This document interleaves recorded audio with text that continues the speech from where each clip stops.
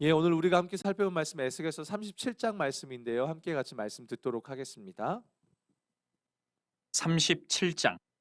여호와께서 권능으로 내게 임재하시고 그의 영으로 나를 데리고 가서 골짜기 가운데 두셨는데 거기 뼈가 가득하더라. 나를 그 뼈 사방으로 지나가게 하시기로 본즉 그 골짜기 지면에 뼈가 심이 많고 아주 말랐더라.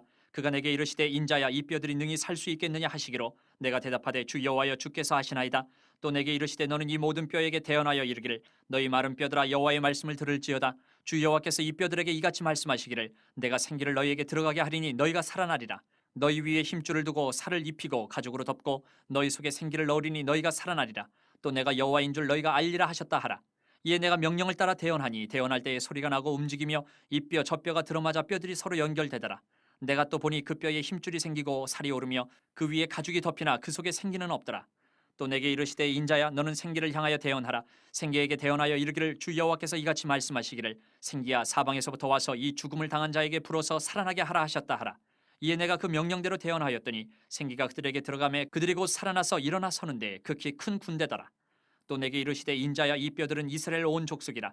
그들이 이르기를 우리의 뼈들이 말랐고 우리의 소망이 없어졌으니 우리는 다 멸절되었다 하느니라. 그러므로 너는 대언하여 그들에게 이르기를 주 여호와께서 이같이 말씀하시기를 내 백성들아 내가 너희 무덤을 열고 너희로 거기에서 나오게 하고 이스라엘 땅으로 들어가게 하리라. 내 백성들아 내가 너희 무덤을 열고 너희로 거기에서 나오게 한즉 너희는 내가 여호와인 줄을 알리라. 내가 또 내 영을 너희 속에 두어 너희가 살아나게 하고 내가 또 너희를 너희 고국 땅에 두리니 나 여호와가 이 일을 말하고 이룬 줄을 너희가 알리라. 여호와의 말씀이니라. 여호와의 말씀이 또 내게 임하여 이르시되 인자야 너는 막대기 하나를 가져다가 그 위에 유다와 그 짝 이스라엘 자손이라 쓰고 또 다른 막대기 하나를 가지고 그 위에 에브라임의 막대기 곧 요셉과 그 짝 이스라엘 온 족속이라 쓰고 그 막대기들을 서로 합하여 하나가 되게 하라. 내 손에서 둘이 하나가 되리라. 내 민족이 내게 말하여 이르기를 이것이 무슨 뜻인지 우리에게 말하지 아니하겠느냐 하거든 너는 곧 이르기를 주 여호와께서 이같이 말씀하시기를 내가 에브라임의 손에 있는 바 요셉과 그 짝 이스라엘 지파들의 막대기를 가져다가 유다의 막대기에 붙여서 한 막대기가 되게 한즉 내 손에서 하나가 되리라 하셨다 하고 너는 그 글쓴 막대기들을 무리의 눈앞에서 손에 잡고 그들에게 이르기를 주 여호와께서 이같이 말씀하시기를 내가 이스라엘 자손을 잡혀간 여러 나라에서 인도하며 그 사방에서 모아서 그 고국 땅으로 돌아가게 하고 그 땅 이스라엘 모든 산에서 그들의 한 나라를 이루어서 한 임금이 모두 다스리게 하리니 그들이 다시는 두 민족이 되지 아니하며 두 나라로 나뉘지 아니할지라. 그들이 그 우상들과 가증한 물건과 그 모든 죄악으로 더 이상 자신들을 더럽히지 아니하리라. 내가 그들을 그 범죄한 모든 처소에서 구원하여 정결하게 한즉 그들은 내 백성이 되고 나는 그들의 하나님이 되리라. 내 종 다윗이 그들의 왕이 되리니 그들 모두에게 한 목자가 있을 것이라. 그들이 내 규례를 준수하고 내 율례를 지켜 행하며 내가 내 종 야곱에게 준 땅 곧 그의 조상들이 거주하던 땅에 그들이 거주하되 그들과 그들의 자자손손이 영원히 거기에 거주할 것이요 내 종 다윗이 영원히 그들의 왕이 되리라. 내가 그들과 화평의 언약을 세워서 영원한 언약이 되게 하고 또 그들을 견고하고 번성하게 하며 내 성수를 그 가운데 세워서 영원히 이르게 하리니 내 처소가 그들 가운데 있을 것이며 나는 그들의 하나님이 되고 그들은 내 백성이 되리라. 내 성소가 영원토록 그들 가운데 있으리니 내가 이스라엘을 거룩하게 하는 여호와인 줄을 열국이 알리라 하셨다 하라. 네, 아멘. 이렇게 목회를 하고 성도님들과 이렇게 이야기를 나누다 보면 의외로 하나님에 대한 많은 이렇게 오해들을 하는 경우들이 있는 것을 보게 됩니다. 왜 그럴까 내용들을 좀 깊이 들어가서 살펴보게 되면, 그러니까 당장 내가 원하는 내 문제가 해결되지 않고 또 내가 원하는 방향이 있을 거 아니에요. 그 방향대로 이렇게 되어지지 않을 때에 하나님에 대한 오해와 원망 또 모든 책임을 하나님께 돌리면서 그렇게 자신들의 마음을 이렇게 하나님 앞에 쏟아내고 오해로 이어지는 경우들이 제법 많은 것을 보게 됩니다. 왜 그런 일들이 이렇게 벌어질까라는 고민들을 하게 되면 그 속에서 이렇게 성도님들의 오해라는 게 잘못된 이해라는 말이잖아요. 하나님이 어떤 분인지에 대해서 이렇게 잘못 알고 있는 경우들이 참 많다라는 겁니다. 우리는 저 하나님 압니다라고 말하지만 사실 우리가 알고 있는 하나님은 빙산의 일각에 불과합니다. 그리고 너무 피상적일 때가 많습니다.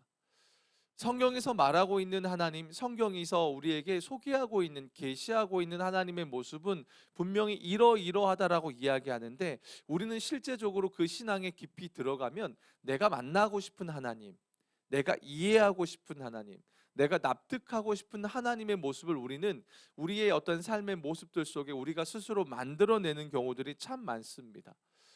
그렇게 하나님에 대한 잘못된 이해로 인해서 우리의 신앙에 왜곡되어지는 부분들이 정말 많다라는 것을 알게 됩니다. 사실 이스라엘의 모습이 사실 그런 면들이 많이 부각이 됩니다. 성경을 여러분 우리가 지금 에스겔서를 보게 되지만 수많은 예언서들을 보게 되면 이스라엘이 얼마나 형편없는 존재인지를 성경은 의도적으로 고발합니다. 물론 그 이스라엘의 모습이 곧 우리의 모습이라고도 이야기합니다. 여러분이 에스겔서를 보면서 철저하게 나타난 이스라엘의 모습이 어떻습니까? 얼마나 자기중심적입니까? 그렇죠? 굉장히 이스라엘의 죄악된 모습을 보게 되면 자기중심적입니다. 자기 자아를 사로잡혀 있는 겁니다. 어떻게 보면 말씀을 붙든다고 하지만 형식적이고 그 이스라엘의 모습이 결국은 자기들이 원하는 하나님의 모습을 만들어내고 싶어 합니다. 그게 이스라엘의 모습입니다.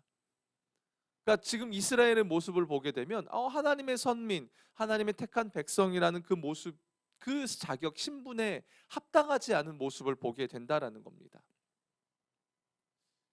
왜 이렇게 하나님은 이스라엘의 실제, 그 형편없는 모습들을 고발하실까요? 왜 저들을 저렇게 실력 없고 자격 없는 자들이라는 것을 우리에게 이 말씀을 통해서 보여주실까요? 사실 성경의 목적이 있습니다. 성경의 목적은 뭐냐면 이스라엘의 죄악상을 고발하는 것에 초점이 있지 않습니다. 고발은 하고 있지만 그 이후에 하나님의 목적은 뭐냐면 이스라엘은 이렇게 실력 없고 형편없는 자이지만 결국에는 그들을 다시 세우시고 일으키시고 그들을 부르신 그 하나님의 그 목적에 따라서 다시 세우시는 분이 누구인가를 보여주기 위해서 이스라엘의 형편없는 실력을 고발하고 있다는 겁니다. 이 개념이 여러분 안에 잘 이해가 되었으면 좋겠습니다.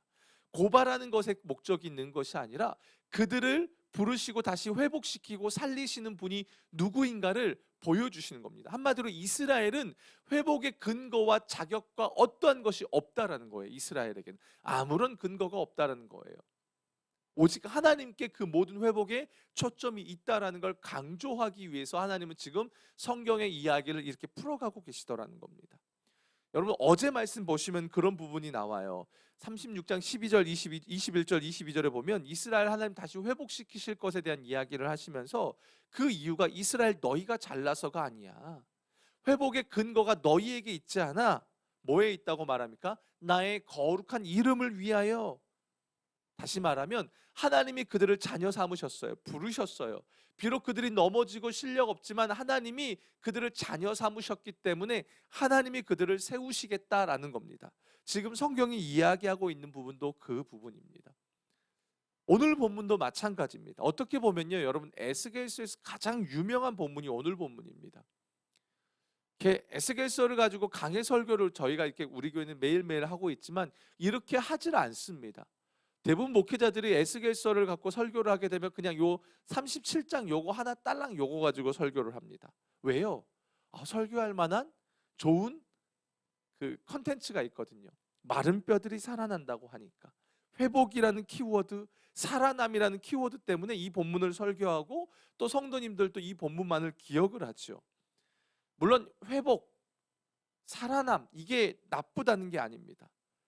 근데 이 에스겔서 37장에서 진짜 말하고자 하는 것은 뭐냐면 그걸 놓치고 그냥 내 인생이 마른 뼈 같으니까 거기에 몰입해서 그 문제 해결만을 받기 위해 이 말씀을 갖다 써서는 안 된다는 겁니다. 오늘 본문에서 하나님이 마른 뼈의 환상을 에스겔에게 보여주시고 그것을 백성들에게 전하라고 하시는 그 이야기의 핵심이 어디에 있냐면 6절에 있습니다. 여러분 6절을 한번 볼까요? 너희 위에 힘줄을 두고 살을 입히고 가죽으로 덮고 너희 속에 생기를 넣으리니 너희가 살아나리라. 지금 마른 뼈, 바벨론에 의해서 생겨진 마른 뼈와 같은 이스라엘을 하나님이 살리시는 과정을 설명하는 거예요. 너희가 살아나리라 하고 그 다음에 뭐라고 나오냐면 또 내가 여호와인 줄 너희가 알리라.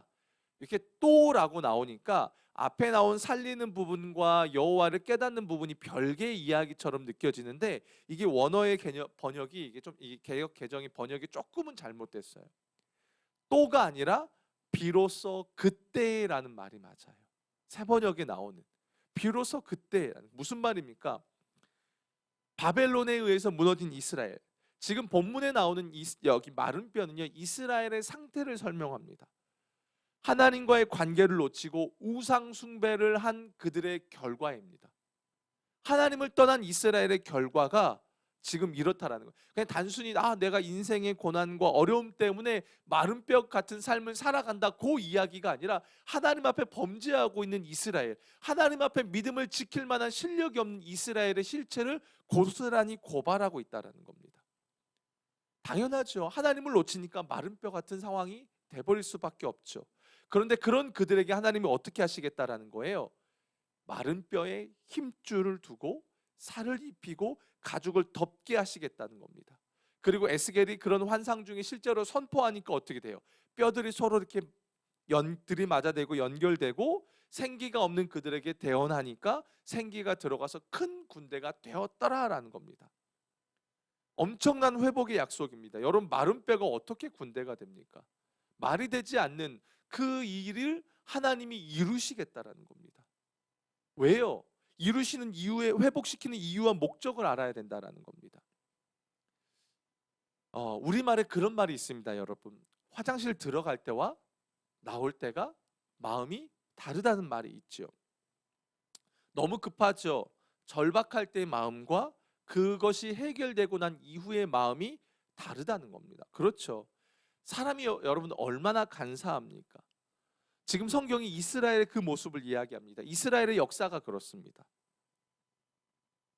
이스라엘의 역사가 그렇습니다. 사실 하나님은요, 여러분, 이건 냉철하게 보면요, 하나님은 이스라엘의 회복시키는 것에 사실 관심이 없습니다. 왜냐하면요, 회복이라는 것 자체는요, 하나님께 문제가 되질 않아요. 하나님은 언제든지 그들을 회복시킬 수 있는 능력의 하나님이시기 때문에 그렇습니다. 오히려 하나님의 관심은 어디에 있냐면, 앞서 제가 말한 것처럼 그 이스라엘이 우리를 회복시키시는 분이 누구지? 바로 그 회복의 주체 되시는 하나님을 온전히 알길 원하는 것, 하나님의 관심은 거기에 있다라는 겁니다. 회복의 주체 되신 하나님을 아는 것, 하나님은 여기에 목적이 있다라는 겁니다. 여러분, 너무 간절했어요. 그래서 하나님이 그 상황을 역전시켜 줬어요. 근데 그 상황이 역전되고 난 이후에 하나님을 나 몰라 한다면 어떨까요? 이게 그냥 남의 이야기가 아니라 실제 이스라엘의 역사의 이야기입니다.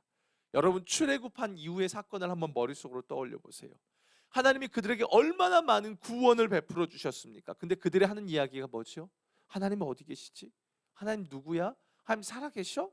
이런 소리를 하고 있는 겁니다. 우리도 마찬가지지 않습니까? 하나님 앞에 간절하게 기도할 때는 언제입니까? 그리고 나서 기도가 끝나면 우리는 어떻습니까? 우리의 소원한 것들이 이루어지고 나면 우리는 그다음 어떻습니까?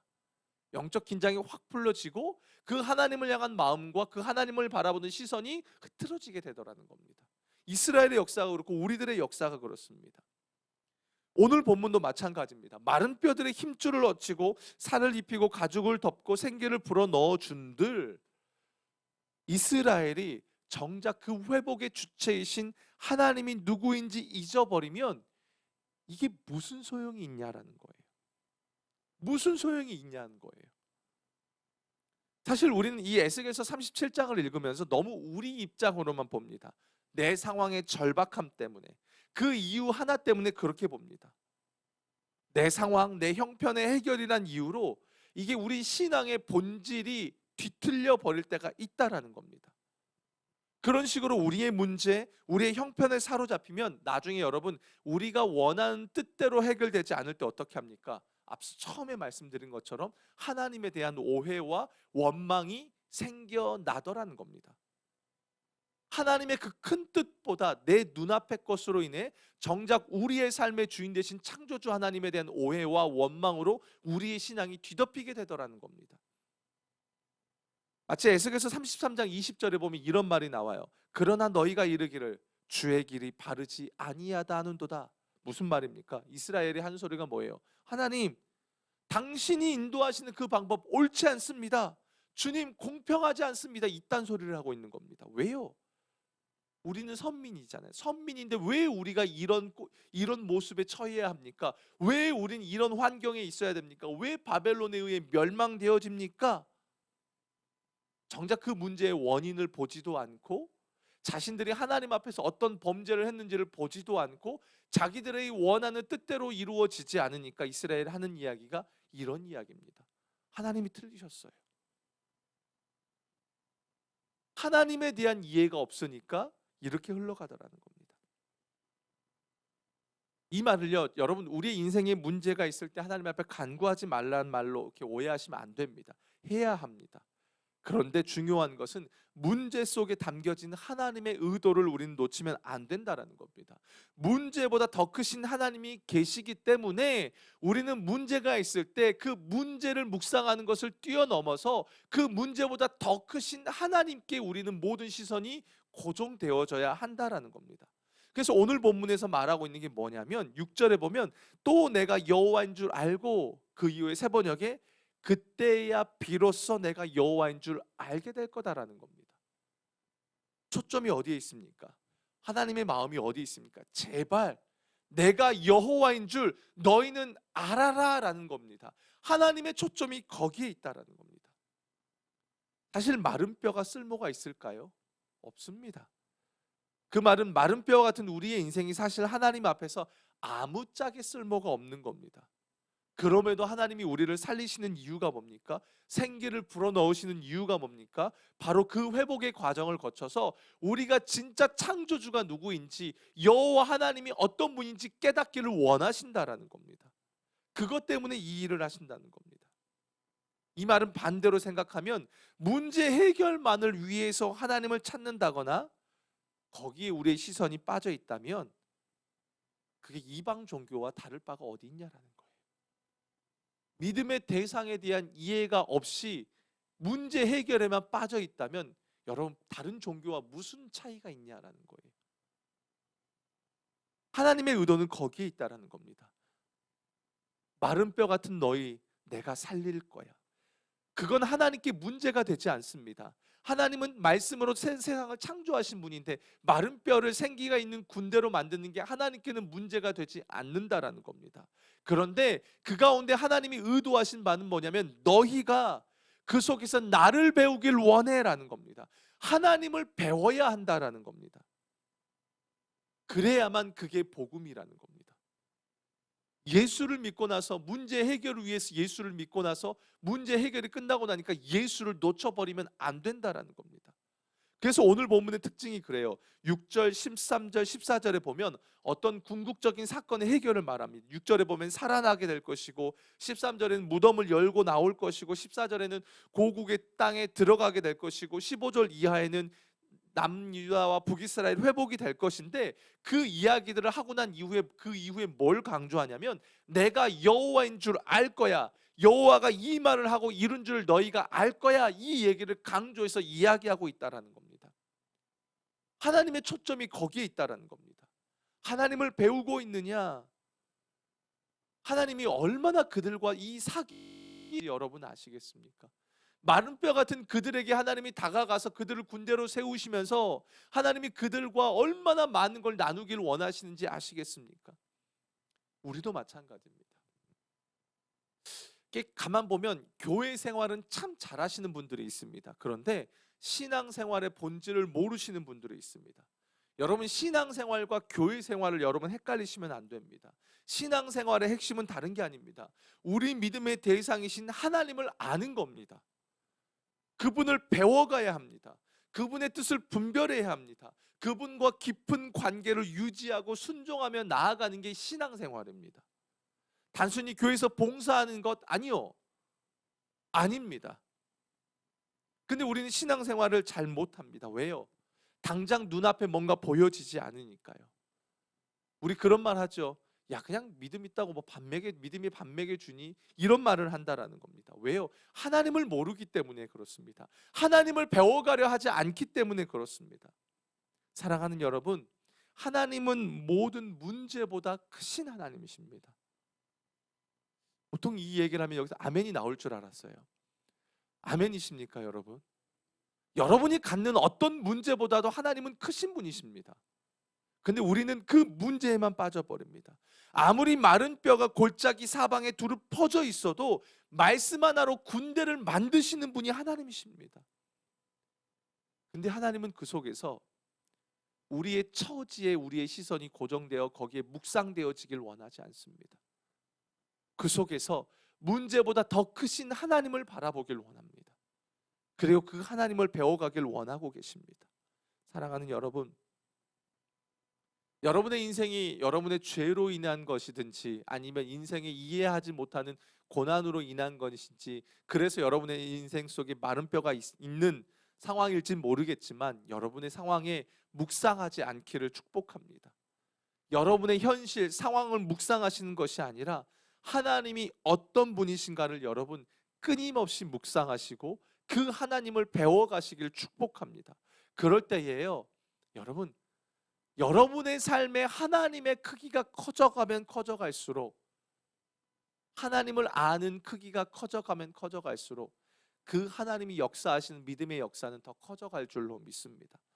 그래서 여러분의 인생 속에 하나님을 아는 지경이 커져갈 때에 그냥 여러분, 오늘 말씀에도 보면 그렇게 나와요. 마른 뼈를 살리는 것만 해도 대단한 거잖아요. 하나님이 그 마른 뼈들이 군대가 되게 하셨다는 겁니다. 왜요? 오직 그 일을 행하신 분이 누구냐는 거예요. 그 하나님을 드러내는 영광의 통로로 쓰시겠다는 겁니다. 우리도 마찬가지입니다. 여러분, 이것을 기억하시고 현재 여러분에게 놓여진 현실 속에요, 여러분, 하나님을 배워가시길, 여러분의 문제보다 더 크신, 마른 뼈보다도 더 크신 하나님을 배워가시고 내가 여호와인 줄 알리라는 그 하나님의 요구에 여러분 부합하시고 합당하게 반응하시는 여러분의 인생이 되시길 주님의 이름으로 축원합니다. 우리 시간 함께 같이 기도하길 원합니다. 2절을 우리 붙들고 기도하겠습니다. 나를 그 뼈 사방으로 지나게 하시기로 본즉 그 골짜기 지면에 뼈가 심히 말랐고 많고 아주 말랐더라. 먼저는 인정해야 합니다. 여러분, 우리는 마른 뼈 같은 존재입니다. 이걸 부정해서는 안 됩니다. 죄 때문에 한계, 우리의 본성 자체가 마른 뼈입니다. 그 말은 무엇입니까? 아무것도 할 수 없는 존재라는 겁니다. 우리에게는 어떠한 회복의 근거가 될 만한 요소가 아무것도 없습니다. 이걸 인정해야 됩니다. 하나님, 저는 아무것도 아닙니다. 저는 어떤 능력도 없습니다. 저는 회복할 만한 힘도 능력도 없습니다. 그렇기 때문에 주님, 저는 주님이 필요합니다. 주님이 없으면 제 인생은 마른 뼈입니다.